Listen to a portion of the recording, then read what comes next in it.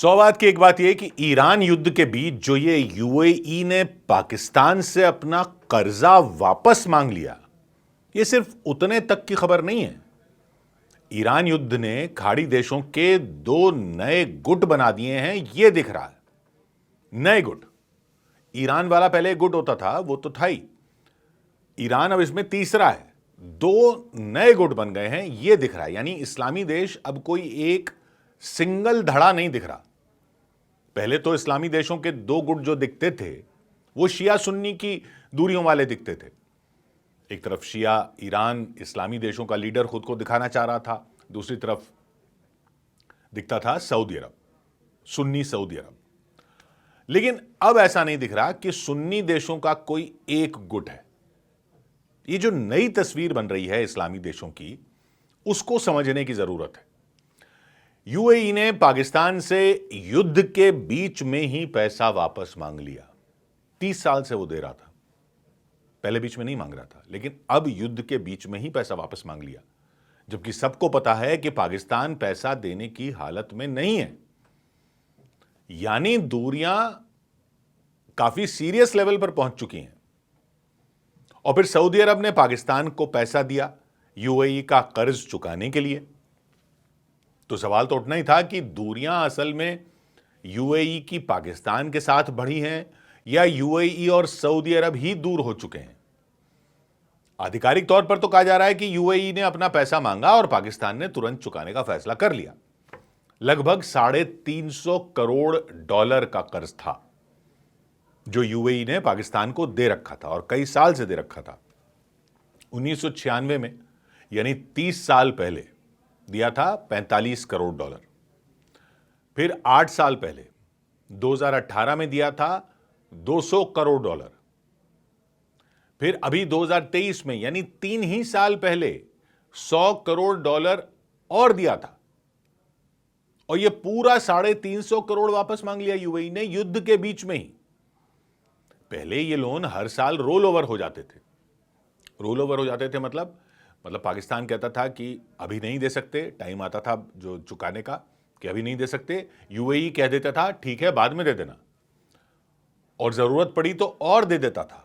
क्योंकि ये देखिए ना कि $100 करोड़ तो अभी 2023 में दिए, जबकि पहले के $250 करोड़ चढ़े हुए थे उस पर। वो $250 करोड़ पाकिस्तान दे नहीं पा रहा था, $100 करोड़ और दे दिए 2023 में।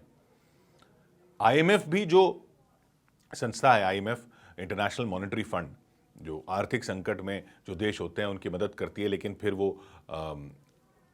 शर्तें लगाती है और ये देखती है कि उसकी अर्थव्यवस्था की स्थिति क्या है। तो आईएमएफ भी जो पाकिस्तान को मदद दिए जा रहा था,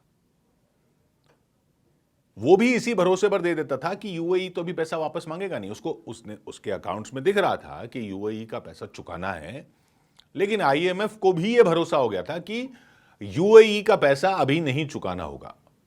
लेकिन इस साल, यानी 2026 की शुरुआत में ही, युद्ध से पहले, ईरान युद्ध तो अभी हुआ है, उससे पहले ही यूएई ने पाकिस्तान को यह झटका दे दिया था कि आगे रोल ओवर सिर्फ 1 महीने का देंगे। यानी 1 महीने का टाइम देंगे, जब चुकाने का पैसा टाइम आएगा, उससे ज्यादा का टाइम नहीं देंगे। अब उससे ज्यादा लेट नहीं कर सकते किस्त चुकाने में। और ब्याज रख दिया 6.5%, जबकि पाकिस्तान 3% का ब्याज का रेट रखने की गुजारिश कर रहा था, वो भी नहीं माना यूएई।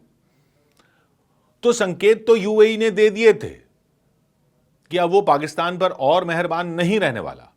और फिर अप्रैल में तो पूरा ही पैसा तुरंत वापस मांग लिया, और साथ में $130 करोड़ के यूरो बॉन्ड भी हैं, यानी टोटल $480 करोड़ एक तरह से। पाकिस्तान के पास पड़े ही $1650 करोड़ थे। 1650 पड़े थे, 350 मांग लिए, तो उसका बहुत बड़ा हिस्सा ही मांग लिया आईएमएफ ने। और ये 1650 करोड़ पड़े थे। आईएमएफ ने यह शर्त रखी हुई थी कि जून तक विदेशी मुद्रा भंडार कम से कम $1800 करोड़ रखना है, करना है। मतलब 1650 अभी पड़े थे, उसको बढ़ाकर 1800 तक ले जाने का टारगेट था पाकिस्तान के पास। यानी वो पहले ही टारगेट से नीचे चल रहा था। 1800 का टारगेट था, 1650 पर वो था। ऊपर से जंग हो गई तो और नुकसान ही होना था आगे। वो टारगेट पूरा होता दिख भी नहीं रहा था। इस माहौल में यूएई ने बोल दिया कि उसका पैसा वापस लाओ। इस माहौल में बोल दिया तो पाकिस्तान का तो कंगाली में ही आटा गीला हो गया। तो यह हो क्या रहा है? यूएई 30 साल से तो पैसे दिए जा रहा था, अब जब पाकिस्तान बुरी तरह फंसा हुआ है तो सारे पैसे वापस मांग लिए। तो उसके पीछे एक तो यह बताया जा रहा है कि यूएई पर ईरान ने जो हमले किए उसमें पाकिस्तान खुलकर कुछ नहीं बोला, ईरान की निंदा नहीं की। यूएई को पाकिस्तान की ये न्यूट्रल दिखने वाली पॉलिसी पसंद नहीं आ रही, ये कहा जा रहा है। फिर यह देखा गया कि दोनों देशों के बीच आधिकारिक मुलाकातें जो हुआ करती थी वो भी कम होती चली गई। पिछले साल पाकिस्तान ने सऊदी अरब के साथ रक्षा समझौता कर लिया था। पिछले साल सऊदी अरब के साथ रक्षा समझौता कर लिया। इस साल की शुरुआत में यूएई ने कह दिया कि ठीक है, फिर हमारा पैसा वापस लाओ। इनको जोड़ के देखा जा रहा है। एक सीधा आकलन यह लगाया जा रहा है कि यूएई को पाकिस्तान का सऊदी अरब के ज्यादा करीब होना और फिर अब ईरान मुद्दे पर चुप रहना विश्वासघात लगा। और फिर यूएई ने पैसा मांगा तो सऊदी अरब ने तुरंत $300 करोड़ की नई मदद भी दे दी कि अच्छा, यूएई आपसे मांग रहा है तो हम दे देते हैं। और सऊदी अरब ने पुराना उसका भी $500 करोड़ लोन चल रहा है, वो $500 करोड़ वाला लोन भी 3 साल और बढ़ा दिया पाकिस्तान के लिए। तो यूएई और सऊदी अरब के बीच पहले से यमन को लेकर तनाव चल रहा था, ये तो दिख रहा था। यमन में ईरान ने वहां की सरकार के खिलाफ शिया लड़ाके खड़े किए थे। वहां की सरकार सुन्नी सरकार थी, उसके खिलाफ विद्रोही जो थे वो हूथी लड़ाके, शिया लड़ाके, और वो ईरान ने खड़े किया या ईरान का समर्थन है, ये साफ दिखता है, माना जाता है। तो जब यमन की सरकार के खिलाफ ये विद्रोही खड़े हुए तो सऊदी अरब और यूएई ने मिलकर वहां ईरान के हूथी लड़ाकों के खिलाफ वहां की सरकार की मदद करने के लिए हाथ बढ़ाया था और दोनों साथ आए थे। यूएई और सऊदी अरब दोनों साथ मिलकर यमन की सरकार के समर्थन में आए, उसकी मदद में आए, फौज तक भेज दी हूथी लड़ाकों से लड़ने के लिए जो ईरान के समर्थन वाले थे। तो एक तरफ ईरान, एक तरफ सऊदी अरब और यूएई एक साथ थे यमन में। लेकिन वहीं पर इन दोनों के बीच दरार भी पड़ गई क्योंकि यूएई दक्षिण यमन को अलग देश बनाने की मांग करने वाले एक संगठन का समर्थन करने लग गया। वो उसके समर्थन में आ गया कि दक्षिण यमन अलग हो। पहले भी किसी जमाने में अलग हुआ करता था दक्षिण यमन, तो यूएई का तर्क था कि दक्षिण यमन अलग हो, वो जो गुट है उसको समर्थन किया जाए हूथी लड़ाकों के खिलाफ, जबकि सऊदी अरब पूरा यमन एक ही रखना चाहता था। इस बात पर दोनों में दरार आ गई यमन में। लेकिन ईरान युद्ध ने यह दरार और चौड़ी कर दी। मतलब खाड़ी के दो भाई अब एक दूसरे से अलग रास्ते पर निकल पड़े हैं, ये दिखने लग गया। और अब इस्लामी देशों के दो गुट दिख रहे हैं। एक तो यूएई, ईरान के अलावा दो गुट दिख रहे हैं। एक तो यूएई और उसके साथ वो देश दिख रहे हैं जो खुलकर ईरान के खिलाफ हैं कि ईरान ने उन पर कैसे हमले कर दिए, जिस तरह से ईरान ने उनको नुकसान पहुंचाया। दूसरी तरफ सऊदी अरब जैसे देश हैं, वहां पर भी हमले हुए हैं, लेकिन वो खुलकर ईरान और अमेरिका में किसी एक के साथ दिखना नहीं चाह रहे। सऊदी अरब पर भी हमले हुए हैं, लेकिन सऊदी अरब खुलकर ईरान के खिलाफ कुछ नहीं दिखना चाह रहा। यूएई खुलकर दिख रहा है, पाकिस्तान मध्यस्थता करवा रहा है और सऊदी अरब उसको पैसे दे रहा है। तो पाकिस्तान भी खुलकर ईरान के साथ नहीं है। यूएई का कर्जा चुकाने को सऊदी अरब उसको पैसे दे रहा है। तो ये साफ क्लियर डिवीजन दिख रहा है। इसमें भारत का रिश्ता यूएई के साथ और मजबूत भी हो गया। याद कीजिए, ईरान के हमले हुए यूएई पर तो प्रधानमंत्री मोदी ने यूएई के राष्ट्रपति से बात करके कहा था कि भारत यूएई के साथ खड़ा है। भारत ने यूएन में जो प्रस्ताव आया कि खाड़ी देशों पर ईरान ने हमले किए, उनकी निंदा होनी चाहिए, वो ईरान के हमलों की निंदा वाले प्रस्ताव का भी भारत ने यूएन में सपोर्ट किया। यूएई में 35 लाख से ज्यादा भारतीय रहते हैं, तो वो रिश्ता तो मजबूत है ही। व्यापार $10,000 करोड़ के पार जा चुका है।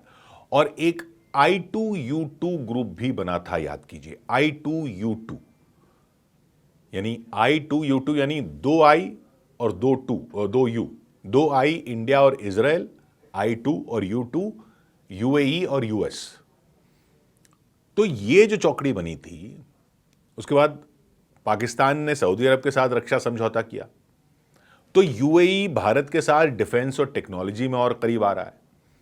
पाकिस्तान के नेता इस पर खुलकर बोलने लग गए हैं कि यूएई भारत के करीब क्यों जा रहा है और उनकी बेचैनी दिख रही है इसमें।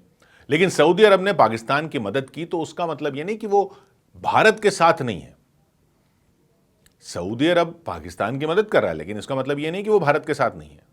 यूएई भारत के साथ गठजोड़ बढ़ा रहा है, लेकिन वो पाकिस्तान से तो पैसे मांग रहा है। सऊदी अरब किसी के भी खिलाफ नहीं रहने वाला खेल खेल रहा है, ना ईरान के, ना अमेरिका के, ना चीन के। तो पाकिस्तान के साथ रक्षा समझौता उसने जरूर किया, लेकिन उसके भारत के साथ भी अच्छे रिश्ते हैं। और भारत तो पहले से सभी के साथ और किसी के खिलाफ नहीं वाली नीति लेकर चल रहा है, और इसमें ज्यादा करीबी रिश्ता लेकिन भारत का यूएई के साथ है, यह भी दिख रहा है।